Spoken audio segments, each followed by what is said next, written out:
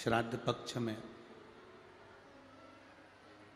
आप सब अपने अपने पूर्वजों के लिए, अपने अपने पितरों के लिए जो ये पवित्र शिव महापुराण की कथा को श्रवण कर रहे हो, बाबा देव अधिदेव महादेव आप सभी की झोलियां खुशियों से भरकर भेजे, यही बाबा से विनती है। कथा को सुनने के लिए आए हैं। कई लोग ऐसे होंगे जो अपने अपने पूर्वजों का, अपने अपने पितरों का फोटो लेकर आए होंगे। जितने लोग जो मोबाइल पर कथा सुन रहे हैं, 2 दाना चावल का हाथ में लेकर अगर अपने पूर्वजों के लिए, अपने पितरों के लिए, घर में समृद्धि के लिए, वैभव के लिए, वंश वृद्धि के लिए आप अगर कथा सुन रहे हैं, कथा सुने। उस कथा को सुनने के बाद जो चावल का दाना है वो अपनी छत पर अपने पूर्वजों के निमित्तार्थ उनके आशीर्वाद हेतु अवश्य डालें। जो पंडाल में बैठकर सुन रहे हैं उनको चावल हाथ में लेकर बैठने की जरूरत नहीं, क्योंकि आप तो कथा के पंडाल में बैठकर कथा सुन रहे हो। स्वयं देवाधिदेव महादेव आपके सम्मुख, आपके आनंद में हैं, कथा सुन सकते हैं। शिव महापुराण भक्ति और मुक्ति का एक साधन है। जो जिस कामना से सुनता है, जो जिस कामना से श्रवण करता है, भगवान देवाधिदेव महादेव उसकी वो कामना पूर्ण करते हैं। आप जिस भाव से, जिस स्नेह से शिव महापुराण की कथा को श्रवण कर रहे हो, देवाधिदेव महादेव आपके मन की बात कथा सुनते सुनते मेरा शंकर उसे स्वीकार करता है और आपको देता है, आपको देता है। अगर शिव नहीं देते होते, मेरे भोले बाबा अगर नहीं सुनते होते, तो जरा ईमानदारी से बोलो, कथा के पहले दिन 1, 2, 3, 4, 5, 6 उधर का 7 डूम पंडाल ऐसे भरा नहीं होता अगर महादेव देते ना होते। और जितने लोग यहाँ बैठे हैं उससे ज्यादा लोग रोड पर से भी चल के आ ही रहे निरंतर। शिव नहीं सुनता तो यहां कौन आता?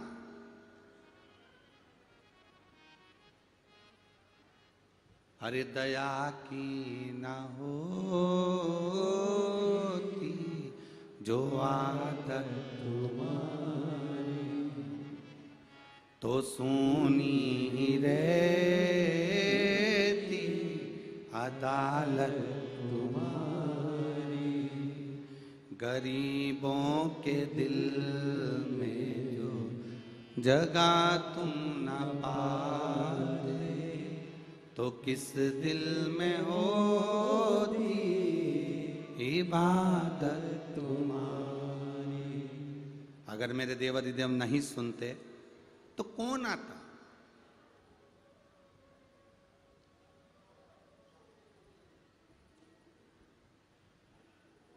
शिव महापुराण की कथा के 24,000 श्लोक के महत्तम को देवराज ब्राह्मण की कथा से प्रारंभ किया गया।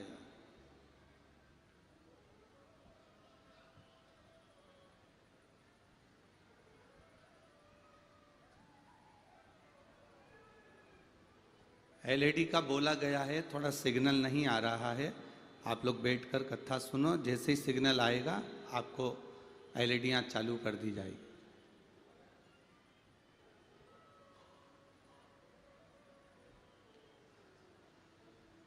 तो शिव तत्व औघड़ी, दयालु, दातार, एक देवराज नामक के ब्राह्मण से इस कथा को प्रारंभ किया गया।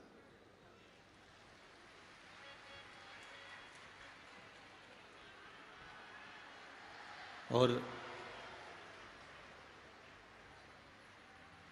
देवराज नाम के ब्राह्मण से इस कथा की शुरुआत करी गई।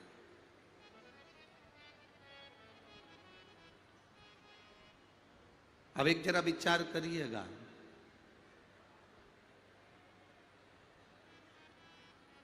क्या चोरी करने वाला,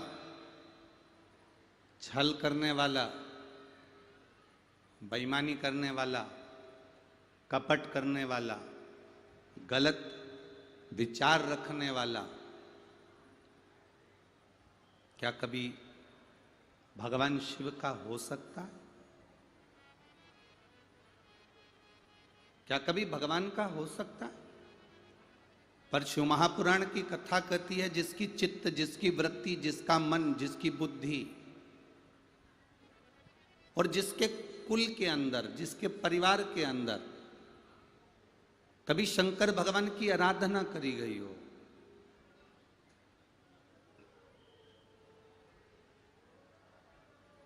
कभी देवादिदेव महादेव की भक्ति करी गई हो, कभी देवादिदेव महादेव का भजन किया गया, जिसके परिवार में से अगर एक लोटा जल भी शंकर भगवान के मंदिर में चढ़ रहा है, जिसके परिवार में से अगर एक लोटा जल भी शिव जी के मंदिर में जा रहा है, उसकी 71 पीढ़ी में अगर कोई पापी जीव भी जन्म ले लेता है तो भी वो शंकर की शरण में चला जाता है। पर शिव महापुराण की कथा जैसे कहती है कि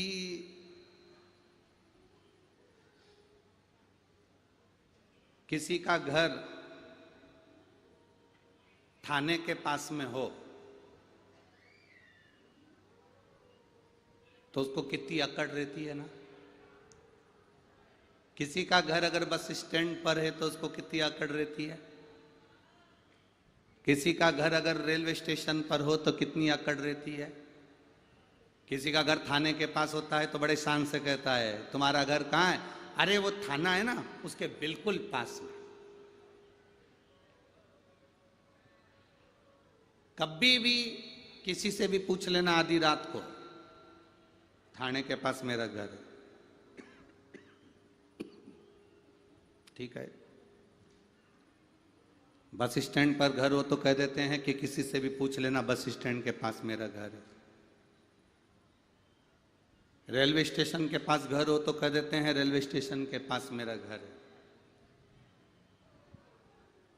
जैसे थाने के पास में घर होता है तो घर के लोगों को टेंशन नहीं होता कि चोर आएगा, क्योंकि बाजू में कौन बैठा है? बोलो, जम के बोलो जरा। थानेदार बैठा। अब थाने के पास में अगर घर होगा तो चोर उसमें घुस ही नहीं सकता, प्रवेश नहीं कर सकता। उसी तरह जैसे थाने के पास किसी का घर होता है तो उसको अकड़ आ जाती है, अगर आपके घर के पास में कोई शंकर का शिवालय हो तो आपको भी अकड़ आना चाहिए कि मेरे पास महादेव रहते हैं, मेरे पास देवादिदेव महादेव रहते हैं। थाने के पास घर रहता है तो चोर नहीं आता, और शंकर के नजदीक में अगर ये शरीर रहता है तो यमराज इतनी जल्दी नहीं आता। यम नहीं आता। अकाल मृत्यु वो मरे जो काम करे चंडाल का, और काल उसका क्या बिगाड़े जो भक्त हो मां काल का।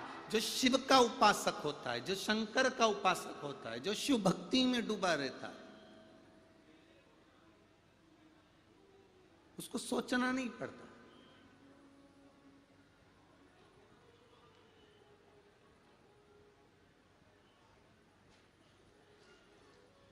जो शंकर की आराधना में डूबा हुआ है ना, उसको सोचना नहीं पड़ता। शिव की भक्ति करने वाले को कभी पीछे मुड़कर देखना नहीं पड़ता।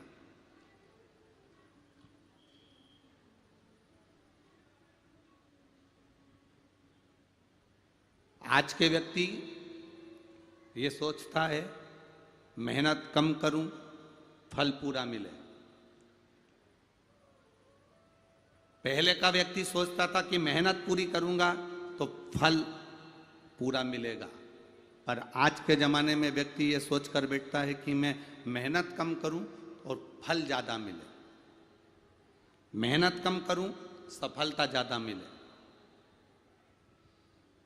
और कोई तुमसे कह दे कि तुम मेरे पास में आकर बैठ जाओ, तुम्हें मेहनत नहीं करना पड़ेगी, मैं तुम्हें एक भभूति दे दूंगा, मैं तुम्हें एक बेल दे दूंगा, मैं तुम्हें एक नारियल दे दूंगा, मैं तुमको ये दे दूंगा जिससे तुम्हारे पास में तुम्हें मेहनत करने की जरूरत नहीं पड़ेगी और तुम्हें सारा फल मिल जाएगा, तुम सफल हो जाओगे, तुम मेरे पास में आके बैठना, तुम सफल हो जाओगे। ऐसा बाबा जोगी कोई तुम्हें मिले, ऐसा कोई बोलने वाला मिले कि मेरे पास आकर बैठना, मैं तुम्हें ये दे दूंगा, तुम सफल हो जाओगे, मेरे पास आकर बैठना, मैं तुम्हें ये दे दूंगा, तुम्हें फल अधिक मिल जाएगा, मेहनत नहीं करना पड़ेगी, काम नहीं करना पड़ेगा, तो समझ लेना कि पक्का झूठेला है और तुम्हें चूना लगाने वाला है। समझ लेना कि पक्का झूठेला और तुम्हें चूना लगाने वाला है। शिव महापुराण की कथा कहती है कि मेहनत करने वाला, अपना कर्म करने वाला, अपना प्रयास करने वाला, अपनी मेहनत लगन में लगने वाला कभी असफल नहीं होता, वो सफलता की सीढ़ी पर चढ़ता जाता। और कोई तुमसे कहे कि तुम मेरे पास आकर बैठ जाओ, तुम्हें मेहनत नहीं करना पड़ेगी, मैं तुमको ऐसा सामान दे दूंगा जिससे तुम सफल हो जाओगे, मैं तुम्हें कुछ दे दूंगा जिससे तुम्हारा भाग्य खुल जाएगा, ना ना ना ना, ऐसे ऐसे ढोंग प्रपंच में कभी मत पड़ना कि तुम्हारा कोई भाग्य बिना मेहनत के खोल दे। शिव महापुराण की कथा कहती है जो बच्चा पढ़ने में मन लगाता है वही एक दिन सफल हो पाता है, जो किसान अपनी जमीन पर हल चलाता है वही सफल हो पाता है, और जो व्यापारी अपनी दुकान पर समय लगाता है वही सफल हो पाता है। ये दुनिया की रीति है। कोई तुमसे कह दे कि मेरे पास आकर बैठ जाओ, तुम्हें कुछ नहीं करना पड़ेगा, हाथ नहीं हिलाना पड़ेंगे, पाँव नहीं हिलाना पड़ेंगे, तुम्हें कहीं जाना नहीं पड़ेगा, तुम्हें कहीं कुछ करना नहीं पड़ेगा, तुम केवल मेरे पास आकर बैठ जाओ, ना ना ना ना ना, जाओ।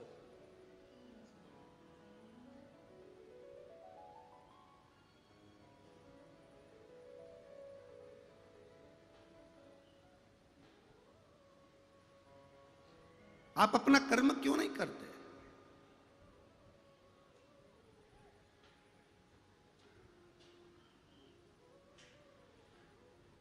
कई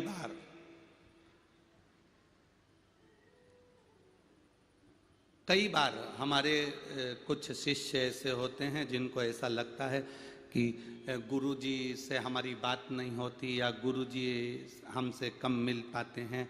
हम उनसे एक बात कहना चाहते हैं, आप अपना घर छोड़कर, अपना काम छोड़कर, अपना परिवार छोड़कर 24 घंटे हमारे साथ में लगो या 24 घंटे हमारे साथ रहो, ये हमको पसंद नहीं है। कारण घर तुम्हारा है, परिवार तुम्हारा है, मेहनत तुम्हें करना है। गुरु की तो केवल एक काम है कि गुरु की दृष्टि केवल आप पर पड़ जाए तो समझ लो शिव की दृष्टि पड़ गई और सब कार्य हो गए। अब कोई सोचे कि हम तो गुरुजी के साथ ही रहे, गुरुजी के साथ ही चले, गुरुजी के साथ ही जब जहां गुरुजी आएंगे हम, ना ना ना, आपकी भक्ति, आपकी मेहनत, आपका कर्म, आपकी लगन आपको सफलता देगी।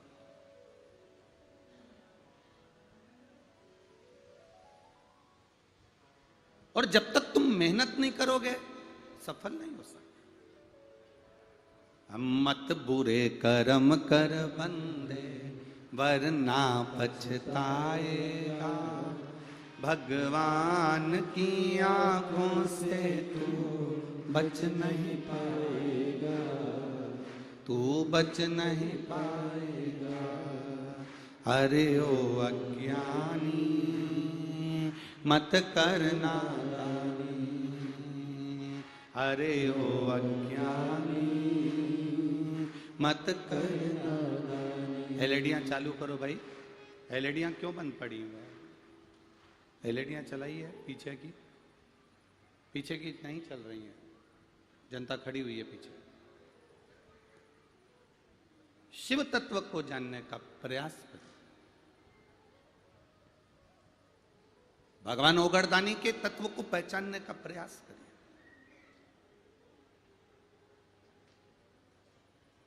अब देखो 1 किलोमीटर दूर तो तुम्हारी गाड़ी रुकी होगी ना? बोलो री जी जी, सही है कि गलत है? क्यों रे जी जाओ, सही है? 1 किलोमीटर दूर तो गाड़ी रुकी होगी।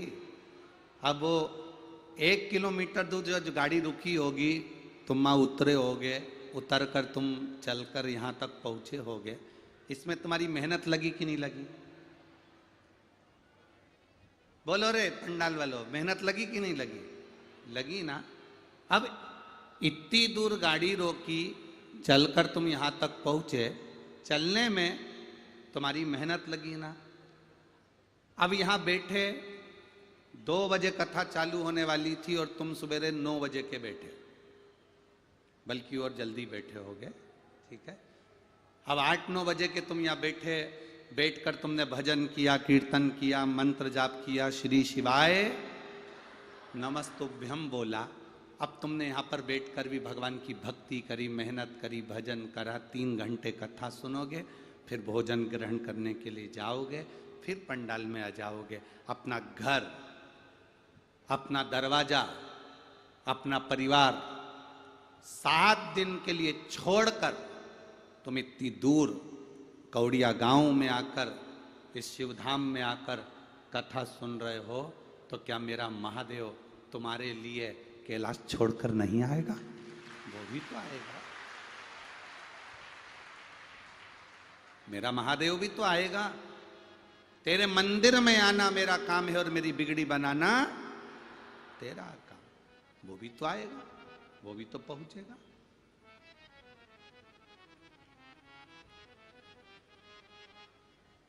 आप मेहनत कर कर यहां तक पहुंचे हो, आप संघर्ष कर कर यहां तक पहुंचे हो, उसका फल मेरा बाबा देव अधिदेव महादेव देता जरूर है। 2 कदम चलकर भी शंकर की कथा तक, 2 कदम चलकर भी भगवान शंकर के मंदिर तक, 2 कदम चलकर भी हम शिव धाम तक, 2 कदम चलकर भी हम शंकर भगवान की चौखट तक अगर जा रहे हैं, तो ये मान कर रखना, तुम 2 कदम चलकर जा रहे हो, वो 100 कदम चलकर तुम्हारे दरवाजे पर पहुंचे। द्रौपदी ने मात्र आधा चावल का दाना दिया था और मेरे भगवान ने 10,000 ब्राह्मणों का पेट भर दिया था केवल आधे चावल के दाने से, केवल आधे चावल के दाने से। 1 मुट्ठी चावल कुकर में पकने के लिए रखते हो, कितना हो जाता है? कितना हो जाता है? क्या वो 1 मुट्ठी रहेगा? जम के तो बोलो जरा। नहीं, 1 मुट्ठी, 1 कटोरी चावल तुमने पकने के लिए रखा, भगोनी में रखा, कुकर में रखा, तो वो चावल बढ़कर 1 कटोरी चावल आधा कुकर भर देता है। केवल 2 कदम चलकर हम परमात्मा के दरवाजे पर जा रहे हैं। जैसे 1 कटोरी चावल पानी का संग पाकर, अग्नि की तपन पाकर आधा कुकर भर देता है, उसी तरह हम जब भगवान के मंदिर में 2 कदम चलकर या शिव महापुराण में 2 कदम चलकर पहुंचते हैं, तो शंकर का संग और सत्संग की तपन से हमारी भी जिंदगी भर आ जाती है। हमारा भी जीवन सार्थक हो जाता है, हमारा भी आनंद सार्थक हो जाता है, हमारी भक्ति सार्थक हो जाती है, हमारा भजन प्रबल सार्थक हो जाता है।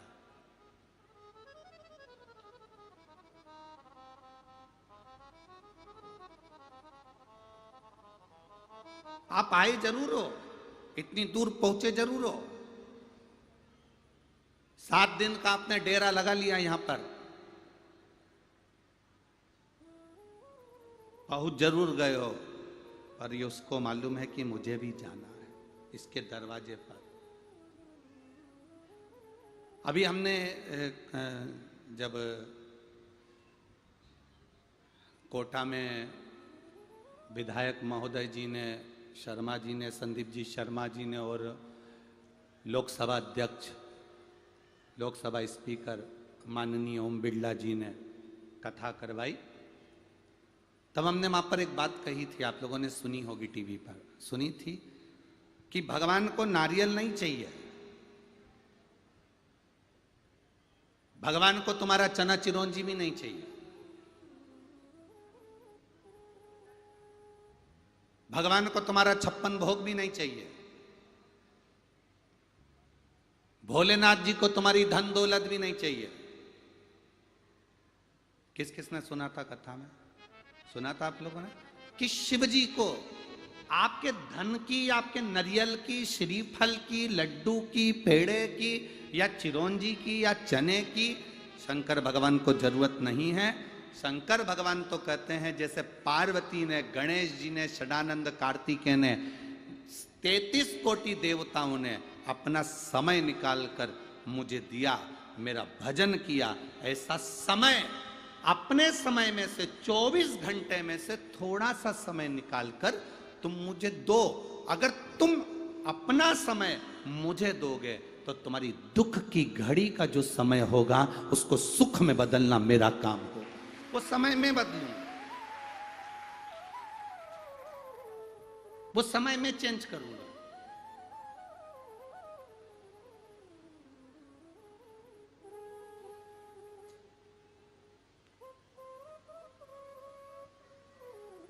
उस समय को बदलना मेरा काम है, उस समय को चेंज करना मेरा काम है।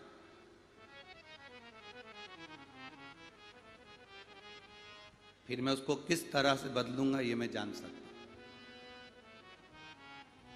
ये मेरे ऊपर।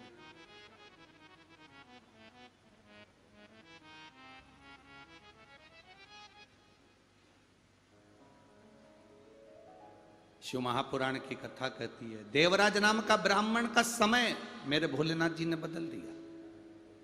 कितना समय दिया था उस देवराज ने? चोरी का धन चुरा कर ला रहा था और चोरी के धन को ले जाते जब शरीर में ताप पड़ गया, बुखार आ गया, शरीर में कष्ट बढ़ गया, शरीर में ताप बढ़ गया, शरीर में कष्ट बढ़ा, ताप बढ़ा, और शरीर में जब ताप बढ़ता है, कष्ट बढ़ा, तो देवराज नाम के ब्राह्मण को लगा कि मैं कहां जाकर छुपूं, मुझे ठंड लग रही है, मुझे बहुत ताप हो रहा है, मेरा शरीर कांप रहा है, मेरे शरीर में कष्ट है, मैं कहां जाऊं? तब देवराज एक शिव जी के मंदिर में जाकर बैठ गया, दुबक कर बैठा था, छुप कर बैठा, शरीर कांप रहा था, ठंड लग रही थी, बुखार आ रहा था, ताप पड़ रहा।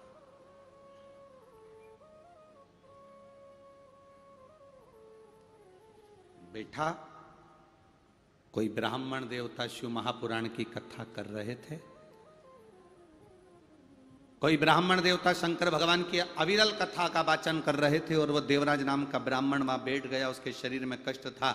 महाराज जी बीच बीच में चिल्ला रहे थे, हर हर।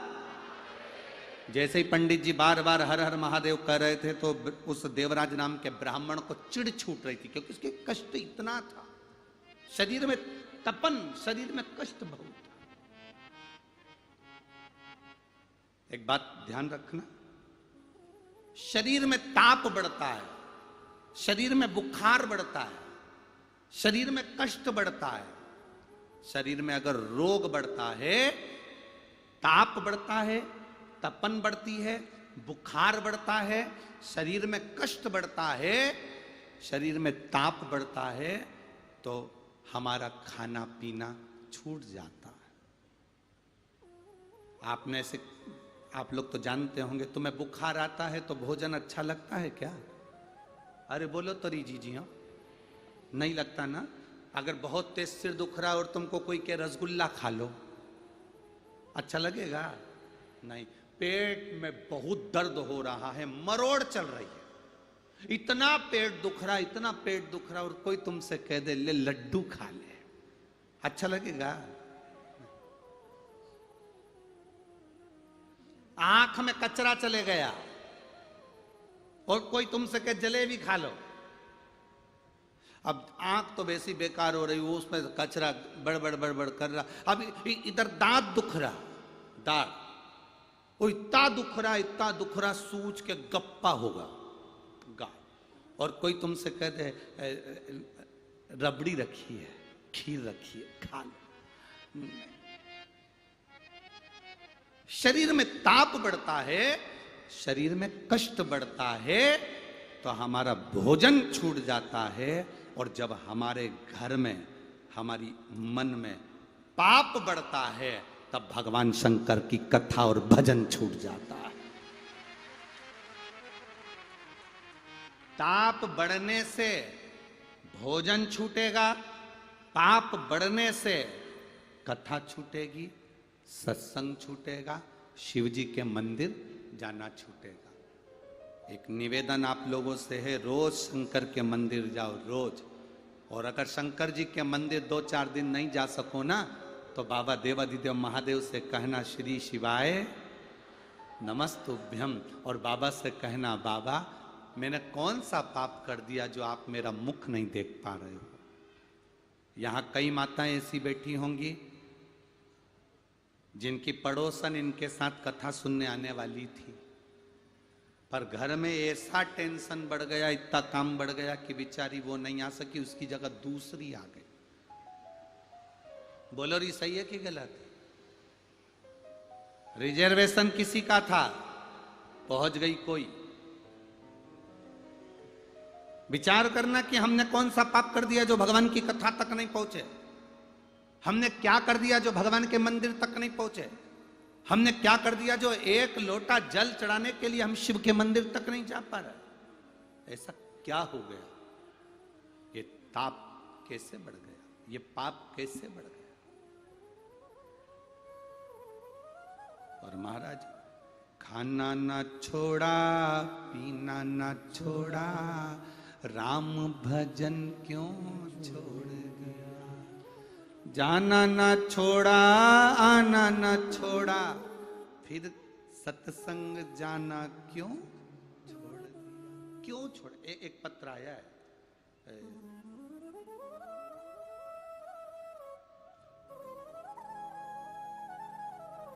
मेरा नाम भगवती देवांगन, निवासी नेबई बस्ती भिलाई, जिला दुर्ग का रहने वाला हूं। कहीं बैठे हो तो हाथ हिला सकते हैं। आप ही हैं? हाँ, दोनों हाथ हिला दो। धर्मपत्नी भी आई है साथ में, वो भी हाथ हिला। हाँ, हिला दीजिए। आपने जो कावड़ भेजी है छोटी सी, यहीं रखी होगी ना।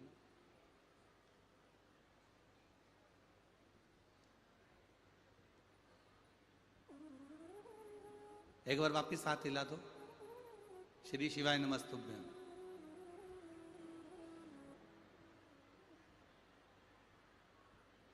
गुरुदेव, मेरा नाम भगवती देवांगन।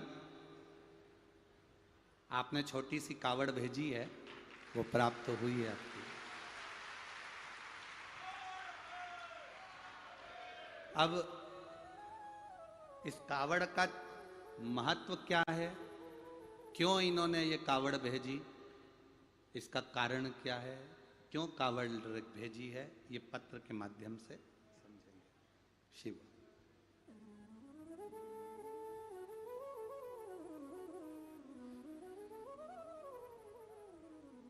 आप लोग आस्था चैनल पर, फेसबुक, यूट्यूब पर भी पत्र पढ़ सकते हैं जो पत्र इन्होंने भेजा। मेरा नाम भगवती देवांगन, निवासी नेबई बस्ती भिलाई जिला दुर्ग की रहने वाली हूँ। गुरुदेव, शिव महापुराण की कथा सुनने एवं एक लोटा जल बेलपत्र का क्या लाभ होता है? शंकर भगवान पे भरोसा करना, विश्वास करना, दृढ़ रहने का क्या फल होता है? गुरुदेव, मैं घूम घूम कर सब दूर से कंपन बेचैन हूं। मैं 9 नवंबर 2022 से रायपुर की चंपेश्वर शिव महापुराण की कथा सुनी हूं। तब से शंकर भगवान का दीवाना हो गया। शिव जी की भक्ति करता हूं। काम धंधा बाबा की कृपा से चलता है, बाबा चलाते हैं। 1 बजे से 4 बजे तक कहीं पर भी रहूं, आपकी कथा टीवी पर जरूर सुनता हूं। कभी 2 बजे से 5 बजे आती है तो वो भी सुनता हूं। अपना धंधा छोड़कर 3 घंटे मैं बाबा को दे देता हूं। मैं वर्णन क्या करूं। 3 घंटे तो मैं बाबा को देता हूं, पर मेरी दुकान ऐसा लगता है कि बाबा खुद चलाते रहते हैं, ये उसकी कृपा है। जिस दिन कथा नहीं सुनता उस दिन मन नहीं लगता। गुरुदेव, मेरे बच्चों के नौकरी के लिए मैंने बाबा से विनती करी थी, पर बाबा मेरी बात एक कथा में नहीं सुने। फिर मैंने बाबा से कहा, बाबा मैं बहुत मदिरा पीता हूं, मांस का सेवन करता हूं, आप मेरी वो बात नहीं सुने तो कम से कम मेरी मदिरा और मांस छुड़वा दीजिए। मैं बाबा को यहाँ नमन करने के लिए आया हूँ गुरुदेव। मेरे बाबा ने 1 साल में मेरा मांस मदिरा सब छुड़वा दिया, जो छूटना मुश्किल था, सब त्याग दिया। गुरुदेव, जब मेरा कथा में आपने कहा कि सीहोर की कावड़ भराएगी, 1 दिन की कावड़ भरने के लिए मैं सीहोर गया और बाबा से विनती कर कर आया। मेरे 2 बेटे हैं, दोनों का जॉब नहीं है सरकारी, आप कृपा कर दो तो इन दोनों की नौकरी लग जाए। मैंने कई बार बाबा से विनती करी, पर बाबा मेरी बात हो सकता है कि किसी कारण नहीं सुने। पशुपति व्रत का उपवास किया, बाबा से विनती करी, बच्चों ने एक एग्जाम दिया, पशुपति व्रत करने के बाद भी वो बच्चों का इंटरव्यू में नहीं हुआ। मेरे दोनों बच्चे कहने लगे, पापा आप झूठ बोलते हो कि सीहोर वाले महाराज कहते हैं तो जरूर बाबा सुनता है। फिर भी मैंने अपने बच्चों से कहा, तुम 1 लोटा जल चढ़ाना मत छोड़ना। मेरा विश्वास कहता है वो सीहोर वाला महाराज है ना, मिश्रा जी, वो कहता है ना तो बाबा सुनता जरूर है। अब की बार मैं सीहोर जा रहा हूं, 1 कावड़ चढ़ा कर आऊंगा और मेरा विश्वास कहता है कि तुम दोनों की नौकरी लगेगी। मैं चढ़ाने के लिए कावड़ सीहोर गया और बाबा की ऐसी कृपा हुई और तिल्दा नेवरा की कथा का लाभ लेकर बाबा से बस सीहोर की कावड़ चढ़ा कर आया। और मेरे बेटे का बाबा की कृपा से 27 सितंबर को रायपुर के कॉलेज में, गवर्नमेंट कॉलेज में उसकी नौकरी लग गई और दूसरे की भी नौकरी बाबा की कृपा से लग गई। केवल 1.5 महीना हुआ था बाबा, और मेरे बच्चों का हाथ देवाधिदेव महादेव ने पकड़ लिया, इसलिए मैं यहाँ प्रणाम करने आया हूँ। बधाई आपको बाबू, एक बार हाथ हिला दीजिए। श्री शिवाय नमस्तुभ्यम। बैठिए। शिव तत्व इसी को कहते हैं। आप आए जरूर हो। कई लोग धूप में बैठे होंगे, कई लोग गर्मी में बैठे होंगे, कई लोगों के ऊपर छत पर छाया नहीं हो रही होगी, कोई को टेंट नहीं मिल रहा होगा, कोई को गर्मी लग रही होगी, पंडाल में व्यवस्थाएं। अब पंडाल लगाने वाले भी कितना लगाएं, वो सोच से परे। तुम पहले दिन इतने आ गए हो कि 7 दिन कितने आओगे, वो कोड़िया वालों को सोचना पड़ेगा।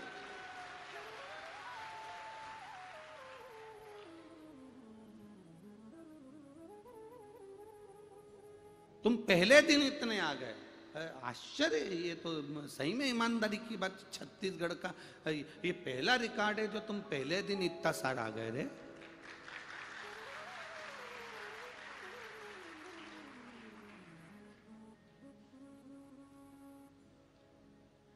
कौड़िया गांव में मत भरा जाना। गांव में भरा गए तो एक एक घर की दीवार खसकाना पड़ेगी। और वैसे तो प्रत्येक जितने कौड़िया गांव के घर है ना, इनके घरों में इतने मेहमान घुसे होंगे, सबके रिश्तेदार आए होंगे। बोलो रे कौड़िया वालों, सबके रिश्तेदार आए होंगे। और रिश्तेदार तो आए होंगे, पर सबसे ज्यादा झगड़ा सुबह बाथरूम का ही हो रहा होगा। अब इतने रिश्तेदार बाथरूम बनावे तो घर के 2-4 लोगों के लिए, इतने सारे तो मांगे। पर वो तो वो है, हम तो बाबा के भरोसे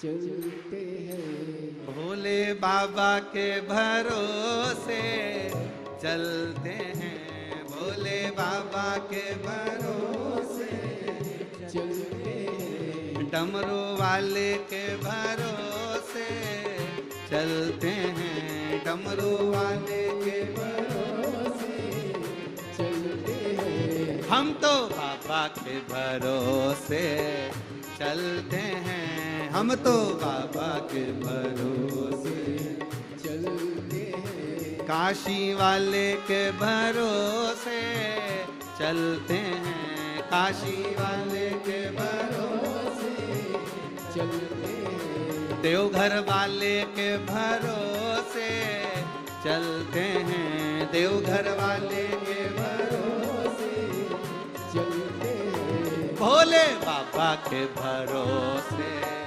चलते हैं, भोले बाबा के भरोसे चलते हैं, देवघर वाले के भरोसे चलते हैं, देवघर वाले के भरोसे चलते हैं, डमरू वाले के भरोसे चलते हैं, डमरू वाले के भरोसे चलते हैं, काशी वाले के भरोसे चलते हैं, काशी वाले के भरोसे चलते हैं, हम तो बाबा के भरोसे चलते हैं, हम तो बाबा के भरोसे चलते हैं, पीछे वाले भी दोनों हाथों से